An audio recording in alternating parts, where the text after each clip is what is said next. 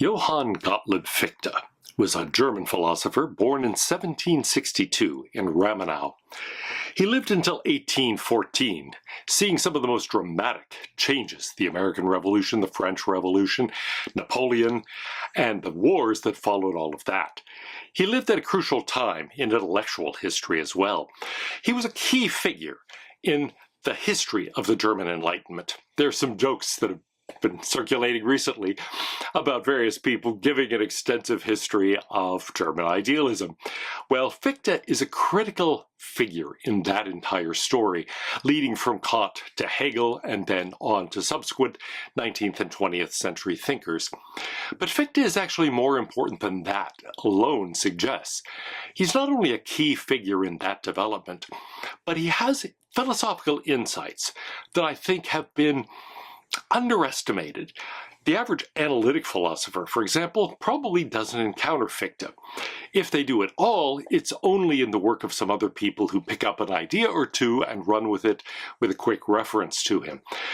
But I think Fichte is on to something important and trying to reconstruct our theory of knowledge in general, and a theory of science, which is the translation of his most famous series of works on the Wissenschaftslehre, but also what he's trying to do is reconstruct ethics on something like a Kantian foundation.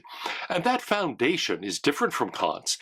It's something that goes back all the way to Augustine and has to do with the nature of consciousness itself. So what I want to do today is talk a little bit about that insight that he has, something that I think is really quite developmentally important, not just to German idealism, but to the history of philosophy in general. So let's begin. Fichte himself came from a modest background. He was the son of a ribbon maker. As a child, at the request of a baron, he recited an entire sermon that he had just heard from memory, without any notes at all. The Baron was so impressed that he paid for his education at Jena and Wittenberg, and then later at Leipzig. So Fichte got a first-rate German education, all because a Baron was so impressed with his intellectual abilities that he paid the entire way. When the Baron later died, Fichte was devastated. So it was a close friendship, not merely a patronage.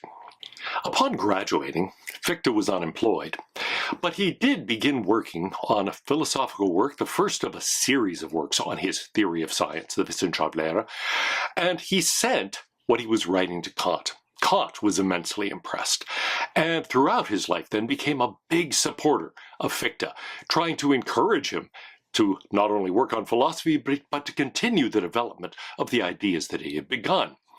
And so throughout, Kant was a major inspiration. But I do think some of the key ideas are not only there in Kant, they're also there in Descartes, in Augustine, and a variety of other figures in the background.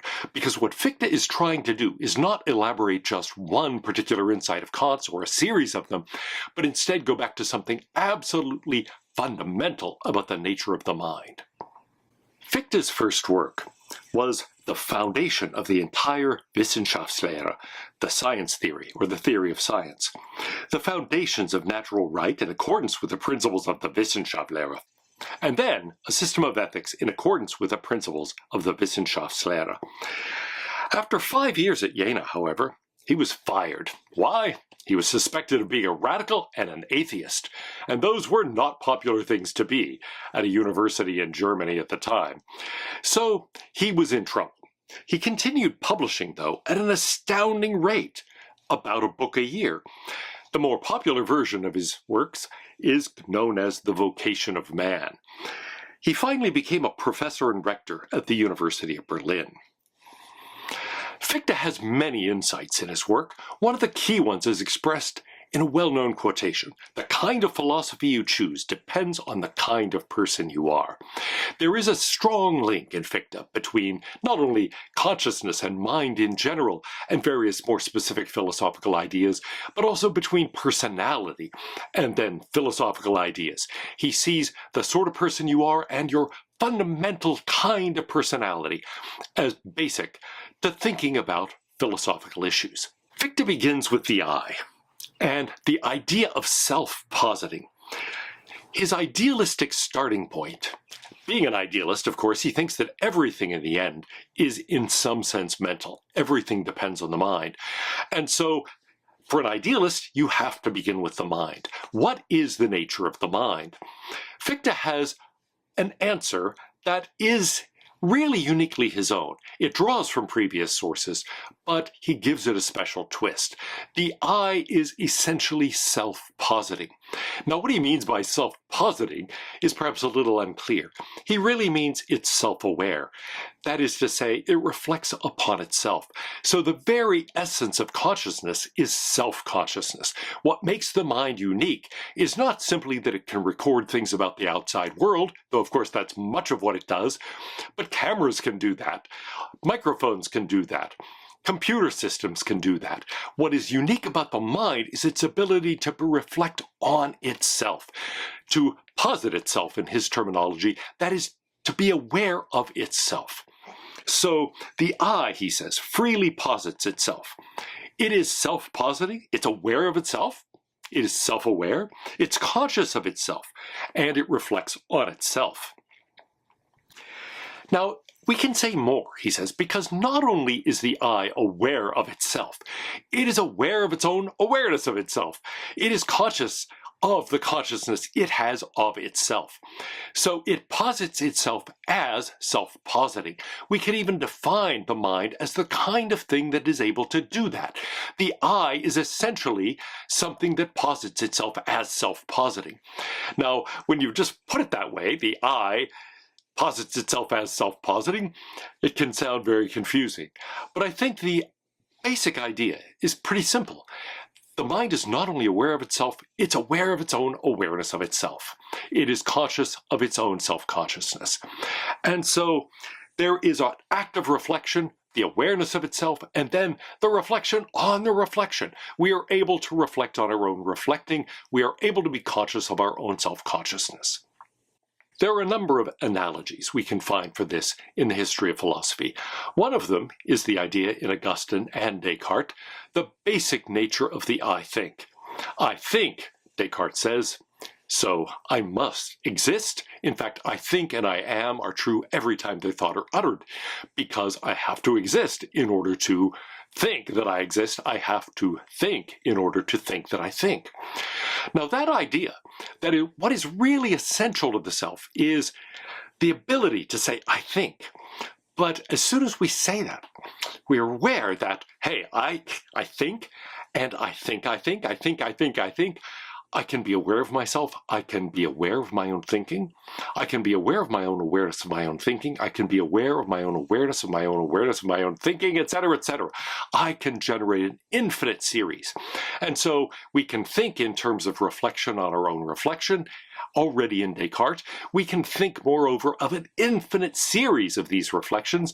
Now, one way of looking at this is to say, really, the I think collapses an entire infinite series. Another way is simply to say, sure, I can go on as long as I want.